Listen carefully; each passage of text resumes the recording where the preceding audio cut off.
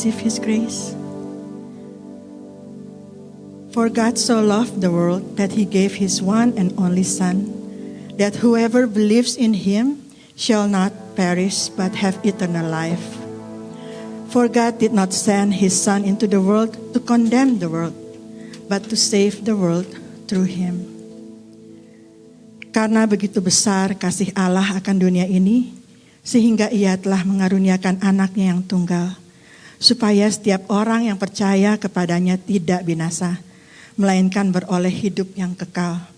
Sebab Allah mengutus anaknya ke dalam dunia ini, bukan untuk menghakimi dunia, melainkan untuk menyelamatkannya oleh Dia. Demikianlah firman Allah. Our God is so good, right? Amen. So let's give Him the glory because He is worthy, and give thanks unto the Lord. Okay?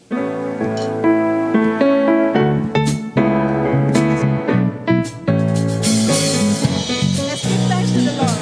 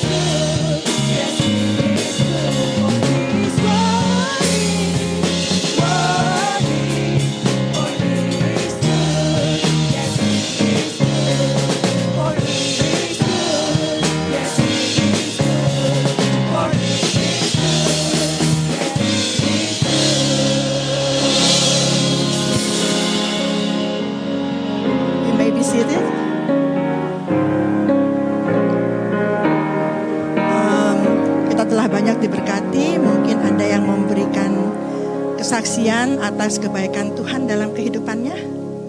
Kami berikan kesempatan.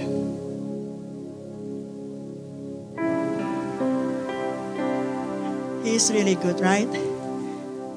Yeah, He is. And whoever you are, how broken you are, how hurt you are, how empty you are, but when you come to Him, you can feel how He fills you, how He makes your life really worthy, how He makes your life is really something to be blessed, you know. And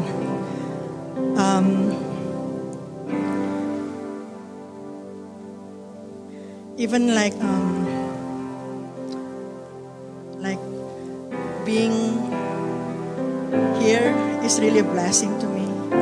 I was like, I've been so comfortable before, just sitting in the, and then just praise God. Yeah, I always praise God anyway. So, and then it's not, I already did it before, so it's all the young generation, the new generation time. I'm comfortable, God. And then I feel like I'm so comfortable but I feel like my intimacy with God is getting farther. I don't feel it anymore. I was like, what happened, Lord? I'm still praying to God. I'm still like, surrendered to you, Lord. And then I was like praying, God, I want to have that intimacy again. But I still want to be comfortable. I don't want to leave this comfort. And then Pak Ramdan asked me to be the worship leader. I was like, usually I will like, oh, it's okay. I will just be like in the back. I will just, I will help. But at that time when he asked me, it's like, I cannot refuse. And then in the community too, I just cannot refuse. I was like, and then I remember, whoa, I just asked God for this. I just asked God to have the intimacy again with Him, and I was like feeling kind of empty before when I was just being comfortable. But the relationship right now is like I'm like, oh yes, God, I want to go, but then but I still want to be comfortable, God. I still want to be. I don't want to go out of my comfort. So it's been like that all this time. But I'm glad that God keeps calling me. I'm glad that He called me gently. He didn't just snatch me out of my comfort place. Then I realized God really knows me so well. And then His cross is really not that heavy, because I see how in every step He's the one that in front of me to pave the path. He's the one who is actually doing all the work. And so I learned that if we have an open relationship with God, He never disappoints us. We disappointing Him many, many times. Many, many times. But He's always there for us. And I learned, I hope I can be that figure too to my children and to the people around us, to be more forgiving, to be more understanding, to be more open. And yeah, that's my. So now let's come and read His word to guide us. So I invite everybody to stand up. We're gonna read from the Genesis in Indonesia ya, Kejadian 18 ayat 22 sampai 33. It's gonna be a responsive reading. It's Genesis 18 verses 22 to 33.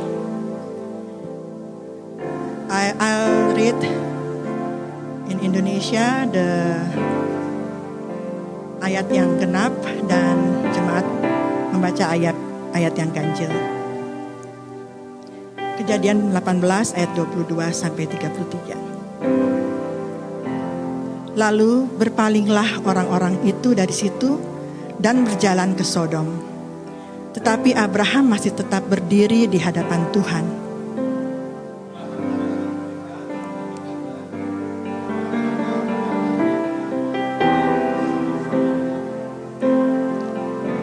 Bagaimana sekiranya ada 50 orang benar dalam kota itu? Apakah engkau akan melenyapkan tempat itu?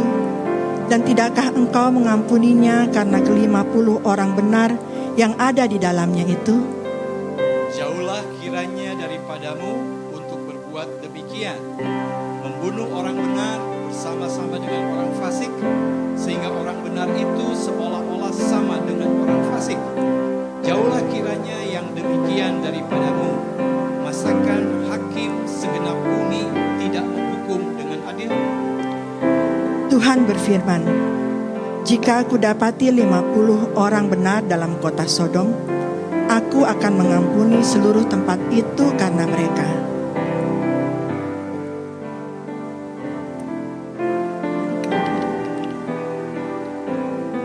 Walaupun aku debu dan abu. Sekiranya kurang 5 orang dari ke-50 orang benar itu, apakah engkau akan memusnahkan seluruh kota itu karena yang 5 itu? Firman-Nya, aku tidak memusnahkannya jika aku dapati 45 di sana. Lagi Abraham melanjutkan perkataannya kepadanya, sekiranya 40 didapati di sana. Firman-Nya, aku tidak akan berbuat demikian karena yang 40 itu. Katanya, janganlah kiranya Tuhan murka kalau aku berkata sekali lagi, sekiranya 30 didapati di sana. Firman-Nya, aku tidak akan berbuat demikian jika aku dapati 30 di sana. Katanya, sesungguhnya aku telah memberanikan diri berkata kepada Tuhan, sekiranya 20 didapati di sana. Firman-Nya, aku tidak akan memusnahkannya karena yang 20 itu. Katanya, janganlah kiranya Tuhan murka kalau aku berkata sekali lagi ini saja, sekiranya 10 didapati di sana. Firman-Nya, aku tidak akan memusnahkannya karena yang 10 itu. Lalu pergilah Tuhan setelah ia selesai berfirman kepada Abraham, dan kembalilah Abraham ke tempat tinggalnya. Mari kita sambut firman Tuhan dan siapkan hati kita.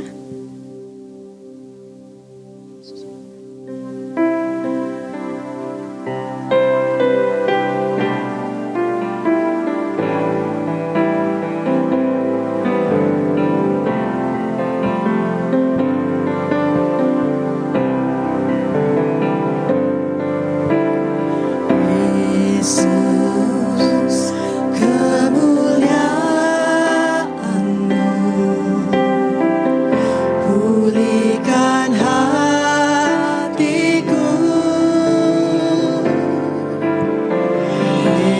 Yesus, kemuliaan-Mu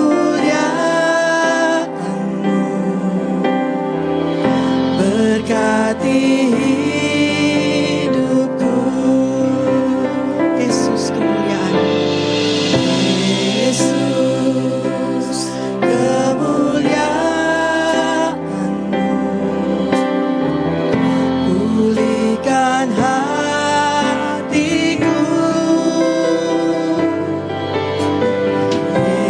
Yesus, kemuliaan-Mu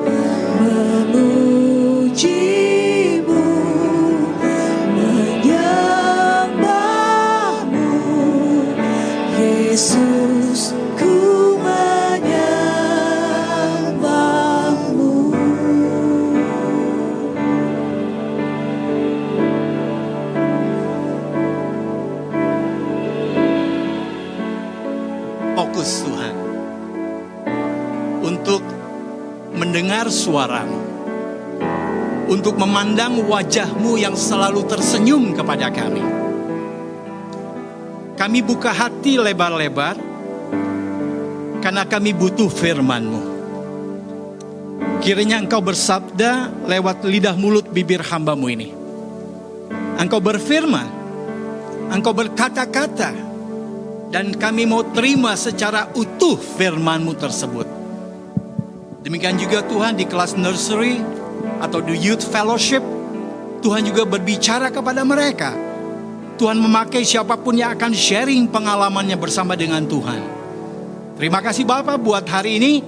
Terima kasih buat jamuan firman-Mu yang akan Engkau siapkan buat kami. Dalam nama Yesus, kami naikkan doa ini. Haleluya. Amin. Amin.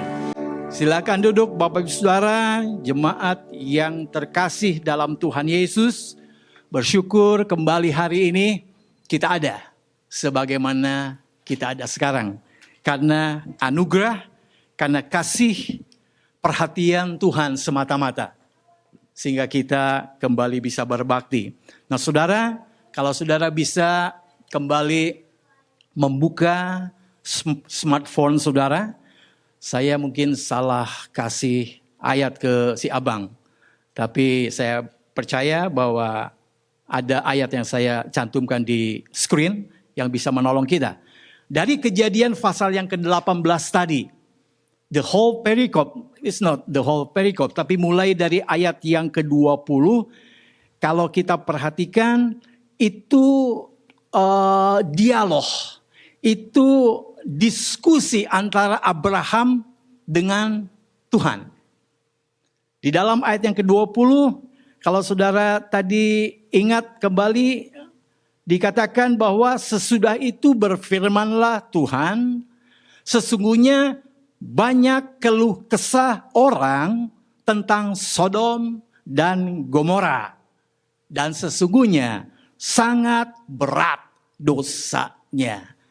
Jadi saudara, kita akan disadarkan, kita akan diingatkan, sekaligus kita akan didorong oleh firman Tuhan hari ini. Ini summarize-nya. Agar saudara dan saya masuk dalam hitungan 10 orang baik. Sehingga Tuhan tidak menghancur luluhkan Sodom dan Gomora. Karena Tuhan melihat ada 10 orang yang berkenan di hadapan Tuhan. Kenapa? Karena 10 orang ini punya personal relationship. Intimasinya dengan Tuhan.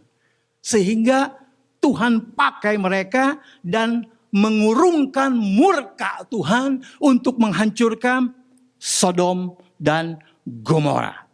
Jadi kalau saya sharing kepada Bapak Ibu Saudara tentang kisah Abraham dengan Tuhan di sini, ini terjadi sebuah dialog, terjadi sebuah discussion antara mereka, antara Tuhan dan Abraham. Jadi kalau namanya diskusi atau namanya dialog itu bukan satu arah or one direction. Now, ini ada timbal balik, ada pendapat, ada yang disampaikan usulannya masing-masing. Ya, jadi di dalam perikop ini saudara dan saya diperlihatkan bagaimana sebuah kisah antara Abraham dengan Tuhan. Itu mereka ngobrol. Mereka memikirkan dengan serius perbuatan dosa yang sangat jahat dan berat dilakukan oleh orang Sodom dan Gomora. Dan Abraham selaku hamba Tuhan, selaku orang yang diutus oleh Tuhan, ada perasaan pilu. Ada perasaan sedih, memperhatikan bangsanya, memperhatikan khalayak ramai saat itu Sodom dan Gomora. Mereka gak segan-segannya, gak merasa sungkan-sungkannya untuk melakukan apa saja yang mereka inginkan. Enggak memikirkan apakah ini benar atau tidak. Apakah ini jahat atau tidak. Apakah ini berkenan di hadapan Tuhan atau tidak. Enggak dipikirkan hal-hal itu. Mereka berbuat seenak udalnya. Mereka hidup perasaan tanpa rules, tanpa aturan. Itu yang dihadapi oleh Abraham. Makanya Abraham ketika mendengar Tuhan akan menghancurkan Sodom dan Gomora. Memang 100% itu haknya Tuhan. Tetapi kita dengar baik-baik. Bagaimana sikap kepedulian Abraham di sini. Karena dia berpikir, kan gak semuanya jahat Tuhan. Jadi di pihak Abraham, dia memandang bahwa Allah itu maha adil. Masakan orang-orang yang baik yang tinggal di Sodom dan Gomora ikutan lenyap karena gara-gara orang-orang berbuat jahat? Sekali lagi saya tekankan, kenapa Abraham berjuang menunjukkan kepeduliannya kepada Tuhan, Allah yang maha adil? Karena dia percaya Tuhan yang dia layani, Tuhan yang dia sembah, Tuhan yang mengutus dia ke tengah-tengah Sodom dan Gomora adalah Tuhan yang adil. Yang enggak akan sembarangan bertindak dan memukul rata semua. Dianggap orang jahat. Dianggap semua orang berdosa. Makanya dihancurkanlah itu Sodom dan Gomora. Inilah yang menjadi tekanan pelayanan Abraham. Untuk berdiskusi dengan Tuhan. Sekalipun dia sadar bahwa Tuhan punya otoritas sepenuhnya. Makanya di dalam perikop ini Tuhan diposisikan cukup akrab dengan Abraham. Di dalam perikop ini terjadi relasi yang sangat intim. Bagaimana Abraham menyampaikan kepada Tuhan secara dekat. Seolah-olah seperti hubungan kita umatnya dengan yang empunya gereja Tuhan Yesus. Sebagai gembala agungnya kita domba-dombanya. Hubungan domba dengan gembala. Bagaimana gembala sungguh-sungguh memberikan rumput-rumput yang segar bukan yang kering. Saya selalu ingat kalau bicara tentang di Israel zaman kuno itu para gembala yang tapi memang karena situasi kondisinya seperti sekarang. Situasi kondisi pandemik, side effect dari pandemik kita semua merasakan. Ada banyak yang jelek-jeleknya. Yang membuat kita seperti ini. Saya selalu ingat ayahnya Citra itu sebagai guru sejarah gereja. Lalu dia katakan zaman Israel kuno ada banyak gembala-gembala yang sedikit nakal. Kenapa? Mungkin karena malas untuk giring dombanya ke padang rumput yang hijau. Atau karena takut resiko banyak beruang binatang buas yang akan telan itu kawanan dombanya. Walaupun ada rumput yang di sekitarnya dekat. Tapi kering. Nggak hijau. Nah si dombanya ini. Ya tentunya nggak ratusan lah. Ada beberapa gembala mengenakan kacamata yang berwarna hijau. Kepada domba-dombanya. Sehingga si domba itu melihat, wih rumputnya hijau. Padahal dikenakan kacamata itu saudara. Tapi dilahap juga itu rumput kering karena lapar, karena situasi seperti itu. Nah di sini enggak. Tuhan kita, Tuhan yang enggak ada bohongnya sedikit pun. Para guru sekolah minggu yang pernah di Indonesia ngajar sekolah minggu atau di sini, ada kan lagu guru sekolah minggu kan? Ada sekolah minggu, bohong, bohong, bohong itu dosa, bohong, bohong, bohong itu dosa. Nah Abraham dan Tuhan di sini, mereka nggak ada hidden agenda. Mereka ngobrol dengan kepedulian khususnya Abraham, dia pilu hatinya. Melihat kedahsyatan dosa yang luar biasa yang terjadi di kota Sodom dan Gomora. Makanya dia menyampaikan kepada Tuhan secara akrab dengan dekat hubungannya dengan Tuhannya. Saudara, Abraham melakukan dialog ini bukan seperti proses jual beli, transaksi. Posisi Abraham di sini menganggap Allah bertindak tidak adil. Karena enggak semuanya orang-orang di Sodom dan Gomora itu berdosa. Makanya terjadilah diskusi, terjadilah dialog. Di sini Abraham membela jati dirinya Tuhan sebagai hakim yang adil. Walaupun secara manusia saat itu, karena dia mendengar Tuhan akan menghancurkan Sodom dan Gomora, Tuhan gak adil. Kok Tuhan bertindak seperti itu? Tetapi di satu segi, dia juga memposisikan dan ingat bahwa Tuhan sebagai hakim yang adil. Jadi saat itu Tuhan memandang Sodom dan Gomora in general, secara umum, adalah umat yang berdosa. Right away, Abraham tidak setuju. Makanya terjadilah itu angka-angka. Tuhan, seandainya ada 50 orang saja di kota Sodom dan Gomora, masihkah engkau akan memusnahkannya? Tuhan katakan, no, aku tidak akan memusnahkannya. Karena 50 orang itu. Gimana kalau minus 5? Tuhan lagi katakan, enggak akan. Karena 45 orang itu. Minus lagi 5 orang. Gimana kalau 40? Gimana kalau 30?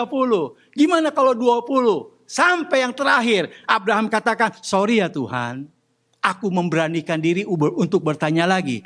Apakah engkau masih punya minat untuk menghancurkan Sodom dan Gomora? Kalau didapati hanya ada 10 orang saja yang benar di matamu. Apa kata firman Tuhan? Ayat yang ke-30 dan 32. Janganlah kiranya Tuhan murka. 30 masih 30 itu. Ayat yang ke-32. Janganlah kiranya Tuhan murka. Ayat 32. Kalau aku berkata lagi sekali ini saja. Sekiranya 10 didapati di sana. Apa kata firman-Nya? Aku tidak akan memusnahkannya karena yang 10 itu. Wow. Sampai begitu saudara, dari 50 sampai 10 orang saja kalau aku dapati mereka hidup benar di hadapanku, aku tidak akan memusnahkannya. Saudara, waktu saya berulang kali baca bagian ini, bulu kuduk saya agak merinding. Wow, kalau 10 orang saja didapati oleh Tuhan hidup benar di tengah-tengah tanah yang kita pijak, Amerika, negara yang besar. Walaupun banyak profesi, banyak nubuatan, sebelum Tuhan Yesus datang kembali, ada satu negara yang besar akan hancur. Semua bukan para tarot, para nabi-nabi zaman sekarang ngarahnya ke sini. Akan hancur. Lalu saya berulang lagi. Terus ulang lagi. Kalau saja kita masuk dalam hitungan 10 orang saja yang didapati oleh Tuhan, hidup benar. Hidup berkenan di hadapan Tuhan. Selalu menyenangkan hati Tuhan. Walaupun anginnya cukup gede akhir-akhir ini, tapi kita nggak gagal fokus. Kita arahkan kepada Tuhan.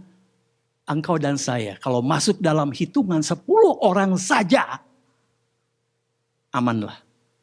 Tanah Amerika, tanah Paman Sam, tanah yang penuh dengan berkat. Dan kita menikmatinya sampai detik ini berkatnya. Lewat pekerjaan, lewat keluarga, lewat pelayanan, lewat apa saja. Selama kita hidup di tanah ini, ya kan? Tuhan memberkati. Relakah engkau? Kalau negara yang selama ini memberkati kita, akhirnya dihancur luluhkan, dimusnahkan oleh Tuhan. Karena perbuatan jahat yang sangat dahsyat di mata Tuhan. Gak rela sebetulnya. Mari, Bapak Ibu Saudara, REC Family yang berbahagia, yang diberkati oleh Tuhan. Biarlah diskusi, obrolan secara akrab antara Abraham dengan Tuhan ini memberikan inspirasi kepada kita. Saya tahu AC dalam ini rada problem. Tapi saya berharap saya tidak akan sepanjang khotbah sehingga rasa panas kita akan mengganggu fokus kita. Tapi kembali, yuk kita fokus kepada obrolan Abraham, diskusi Abraham dengan Tuhan ini. Biarlah ini memberikan inspirasi kepada kita. begitu dekatnya yang namanya intimasi Abraham dengan Tuhannya. Cukup dekat, cukup akrab, sehingga terjadi dialog yang sangat smooth, sangat baik. Namun Abraham pun, saudara, tetap dia tidak menyamakan posisinya dengan Tuhan. Dia tetap memposisikan Tuhan sebagai yang lebih tinggi, kudus dibanding dengan dirinya. Jadi bukan berarti, bisa tawar-menawar ya sama Tuhan ya. Tuhan kayaknya bisa diajak bargain, bisa dipermainkan dari 50, 45, 40, 30, 20 sampai 10. Akhirnya hati Tuhan lunak tuh. Akhirnya kok Tuhan yang kayaknya tegas, kok bisa-bisanya dia dari 50, 10 juga gol. Jangan sampai lebih dalam lagi penafsiran dan interpretasi saudara dan menganggap kita bisa selevel dengan Tuhan. Apalagi kalau saudara ingat Raja Hizkia yang sudah divonis oleh Tuhan karena sakit penyakitnya yang enggak akan sembuh lagi. Lalu Tuhan pakai seorang nabi untuk memberitahukan kepadanya, Hizkia, Tuhan melihat tetesan air matamu. Dan Tuhan akan memperpanjang umurmu 15 tahun lagi. Walaupun sebelumnya Tuhan sudah katakan lewat nabi itu juga, Hizkia, engkau akan mati karena sakit penyakitmu. Akhirnya dia nemplok ke tembok, nangis, menggaung-gaung di hadapan Tuhan. Dan nabi itu kembali kepada Hizkia. Tuhan berkata, engkau akan diperpanjang umurmu 15 tahun lagi. Kita bisa interpretasikan lagi, vonis Tuhan bisa kita ubah ya. Kita nangis aja lah gerung-gerung. Bukan itu penafsirannya. Tuhan tahu kedalaman isi hatimu dan hatiku. Dan Tuhan punya otoritas penuh untuk menyembuhkan kita secara total atau Tuhan angkat kita. Terlebih-lebih di zaman sekarang ini setiap kali saudara buka Facebook, begitu nongol ada pas foto gede. Udah langsung, nggak taunya happy birthday. Tapi banyak juga kan begitu nongol itu muka, rip, selamat jalan kawan. Ada banyak para hamba Tuhan, ada banyak teman-teman kami yang di Indonesia lebih banyak. Sudah lebih dahulu meninggalkan kita. Kembali bukan karena Tuhan tidak adil. Bukan karena Tuhan memposisikan umatnya yang sudah meninggal itu masuk dalam golongan orang-orang yang tidak beriman. Orang-orang yang nggak punya pengharapan. No, Tuhan berotoritas penuh atas hidup setiap orang. Nah, jemaat yang terkasih di dalam Tuhan, sekali lagi di sini Abraham tetap memposisikan Tuhannya lebih kudus, Tuhannya lebih tinggi dibanding dirinya. Jadi di sini Abraham punya keberanian. Kenapa? Karena dia merasa dekat dengan Tuhan. Kenapa merasa dekat? Karena dia punya relationship. Karena dia punya intimacy dengan Tuhannya. Sehingga dia berani untuk terbuka. Sehingga dia berani untuk curhat. Mari kita hubungkan dengan hubungan kita sebagai suami istri. Kalau kita berani curhat kepada spouse kita, karena kita merasa dekat. Anak-anak bisa meninggalkan kita. Tapi yang namanya istri dan suami, Tuhan sudah satukan.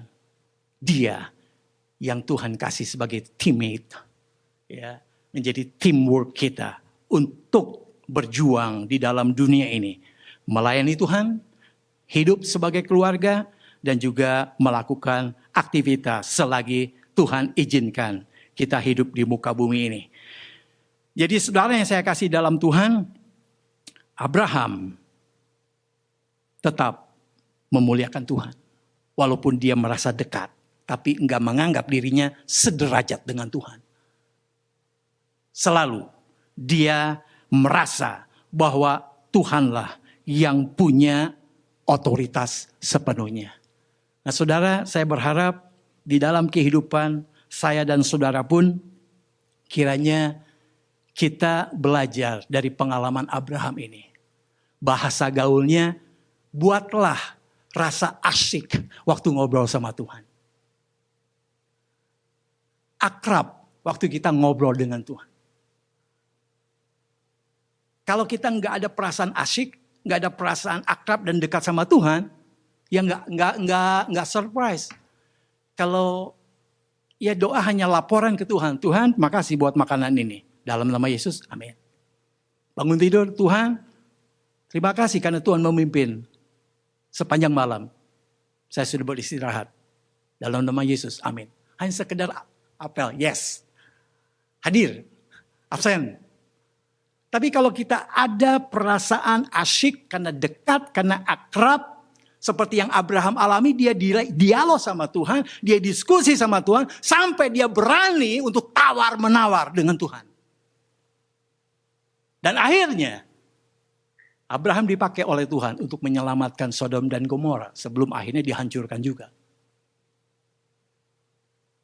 Saudara, adakah perasaan peduli?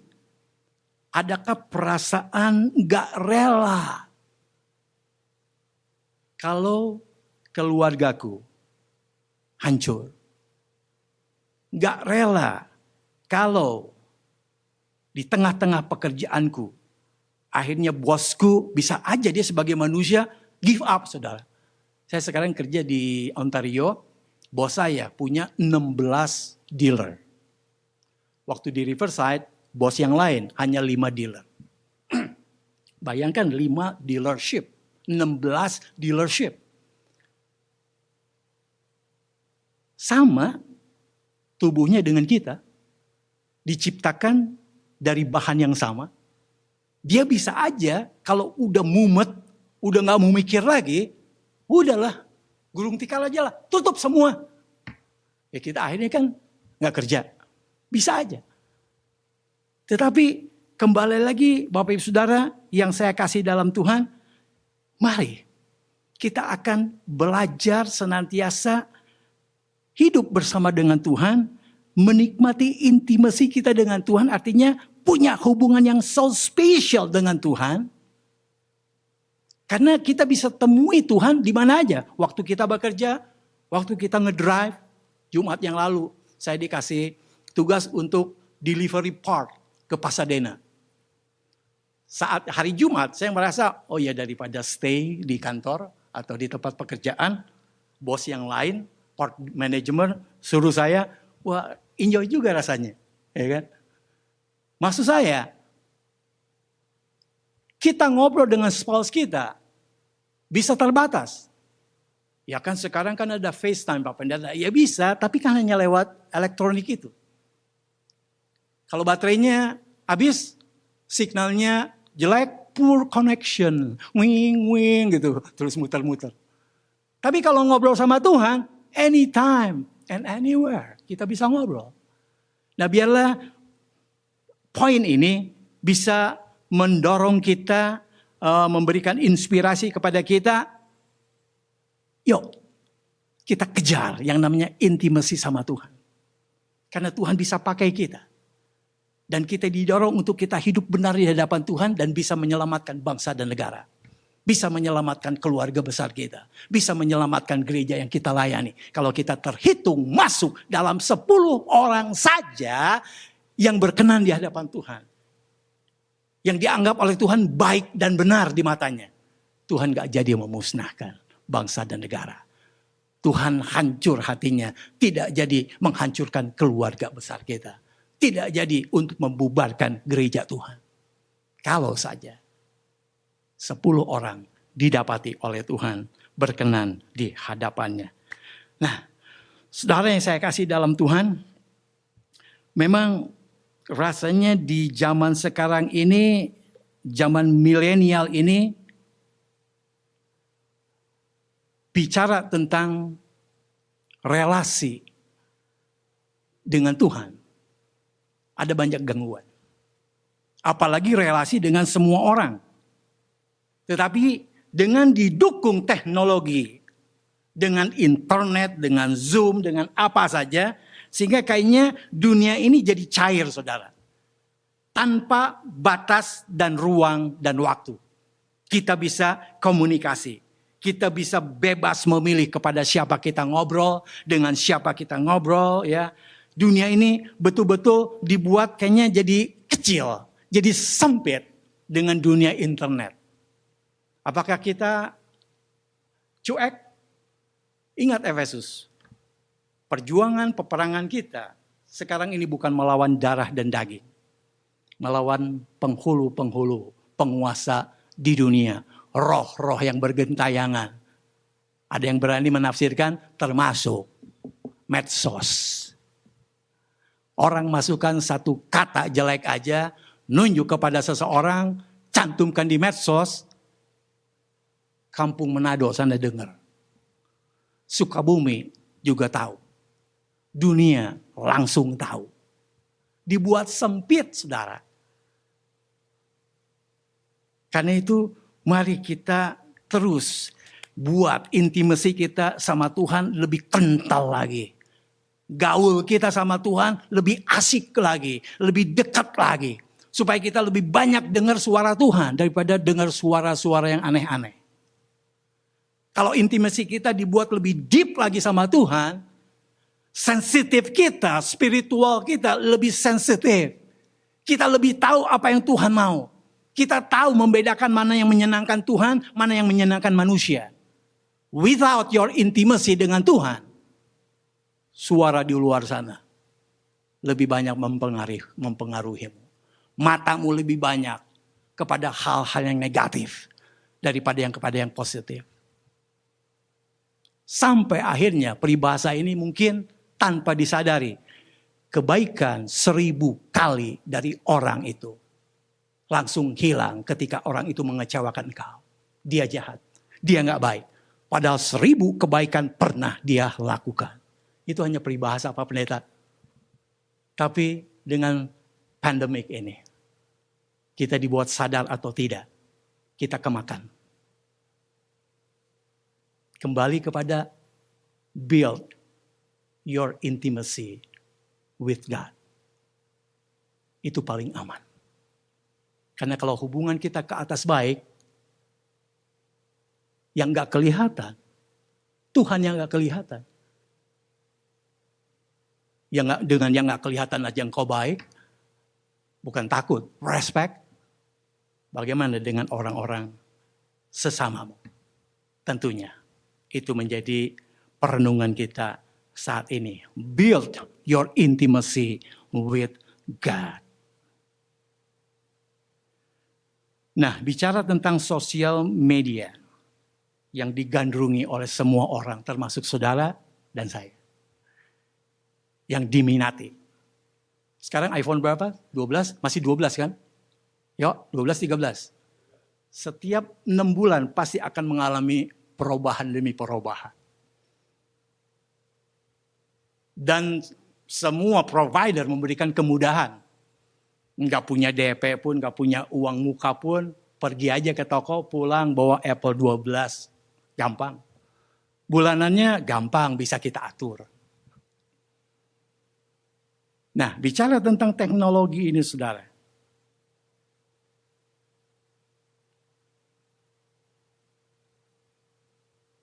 Relasi kita sama Tuhan itu bisa dengan begitu mudah terganti dengan teknologi ini. Coba aja jujur. Begitu kita keluar dari rumah, sudah setengah jalan, bingung. Wih, mana cellphone? HP-ku mana? Wah, ingat. Tadi ke restroom sebentar. Atau tadi di atas. Mau bedakan dikit, kelupaan. Balik lagi, balik. Balik, saudara. Ya kan? Kayaknya nggak rela 5 menit terpisah dari HP. Waduh, kayaknya itu hidup. Kayaknya terpisah dengan dunia nyata. Tapi begitu keluar dari garasi, langsung jalan, hanya blok 1. Wah, lupa nggak bawa Alkitab. Nggak apa-apa lah. Nanti di screen aja ada kok. Saya nggak nyinggung. Tapi itu kenyataannya. Pertempuran kita, peperangan kita akhir-akhir ini, bukan dengan apa yang kelihatan. Dengan yang nggak kelihatan. Termasuk medsos. Makanya kalau saudara nggak siap untuk nggak dikasih jempol, jangan posting di Facebook. Di Facebook itu udah siap orang like or not. Atau orang komen atau enggak. Nah kalau nggak siap untuk nggak dikomen, jangan posting. Lalu kalau terganggu dengan orang itu, dia mau pamer, wah dia mau ini aja. Delete. Block. Nggak ada cara lain. Kalau saudara masih tarik ulur, siapa yang rugi? Ya saudara sendiri yang rugi. Intimasi sama Tuhan terganggu. Nah, kembali kepada hubungan kita sama Tuhan. Adakah perasaan hilang dalam dirimu? Karena engkau tidak memiliki special time with Him. Kayaknya dengan begitu mudah bangun tidur yang dicari bukan suami atau istri. Mana HP-ku? Wah kayaknya jatuh di kolong ranjang. Cari suami, pegang suami atau istri. Jangan-jangan udah hilang lagi. Makanya waktu tidur jauhkan itu cellphone. Kalau bisa saya suka matiin, vibrate, nggak kedengeran apa-apa gitu sudah. Demikian juga waktu kita makan.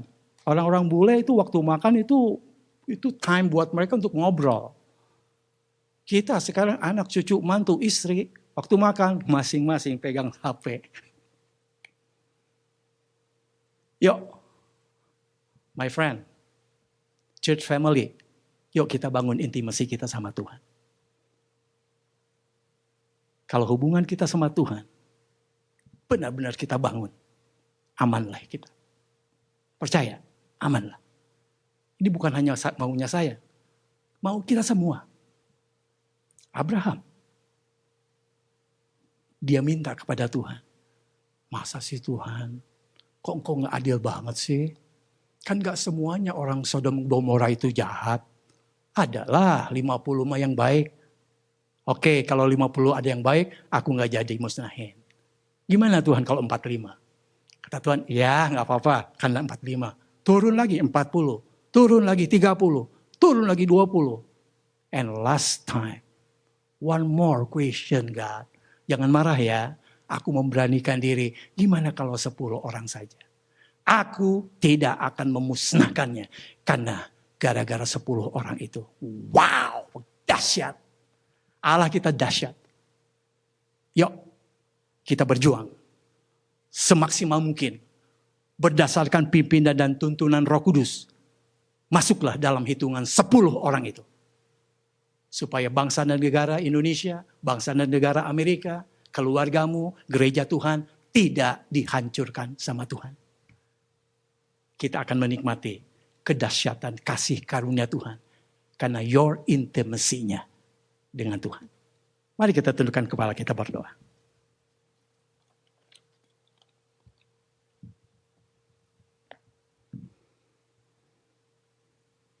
Sambil diiringi musik, mari kita tundukkan kepala. Kita merenungkan firman-Nya yang sudah disampaikan. Sampaikan ucapan syukur kepada Tuhan kalau ada kata-kata firman yang membangun kita. Yang mendorong kita untuk membangun hubungan pribadimu dengan Tuhan. Bersyukurlah kalau ada kata-kata yang menguatkan kita. Sekaligus menyadarkan kita supaya kita tidak lalai dengan intimasi kita sama Tuhan. Kita kagum kepada Tuhan, Hakim yang adil. Dia tidak jadi dan mengurungkan murkanya terhadap Sodom dan Gomora. Karena didapati ada 10 orang yang baik. yang benar dan berkenan di hadapannya. Biarlah kisah ini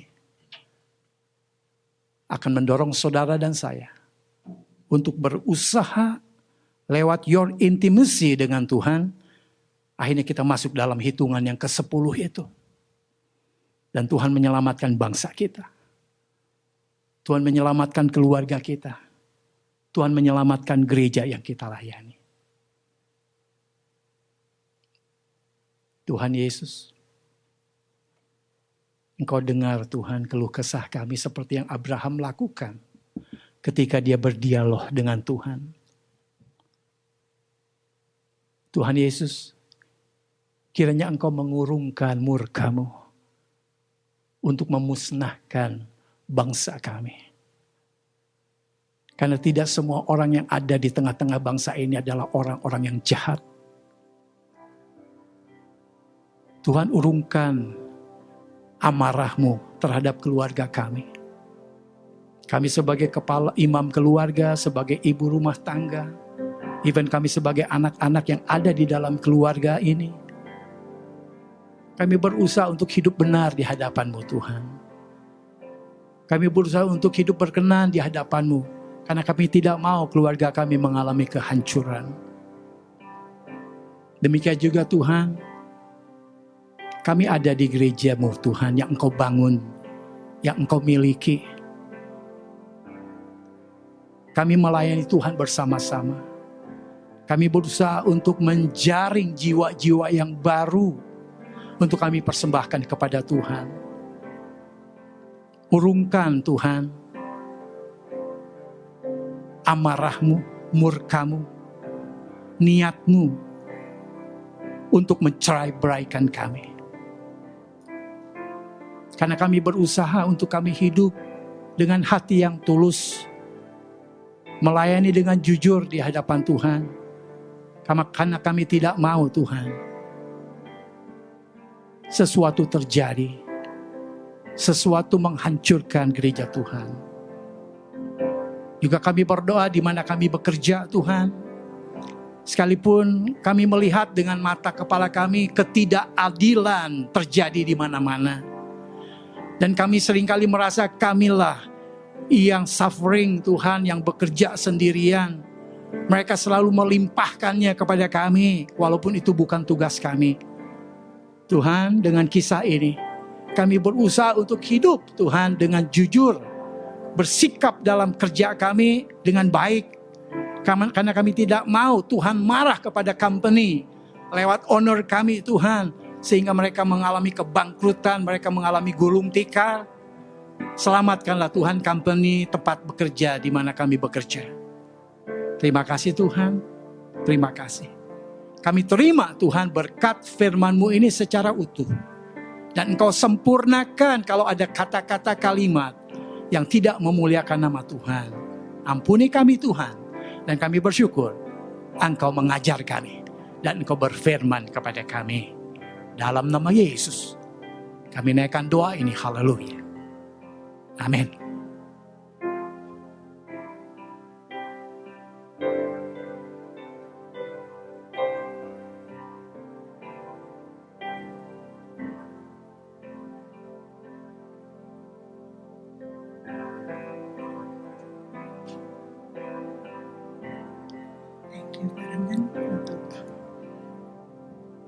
Sermon dan doanya. Kita merasakan bahwa Tuhan menjawab doa Pak Ramdan ya. Nggak kepanasan kan? It's really cool actually. So, yeah. We see again how God really care for us. Even in little things, just like the heat and everything. He keep us cool when we ask Him. So,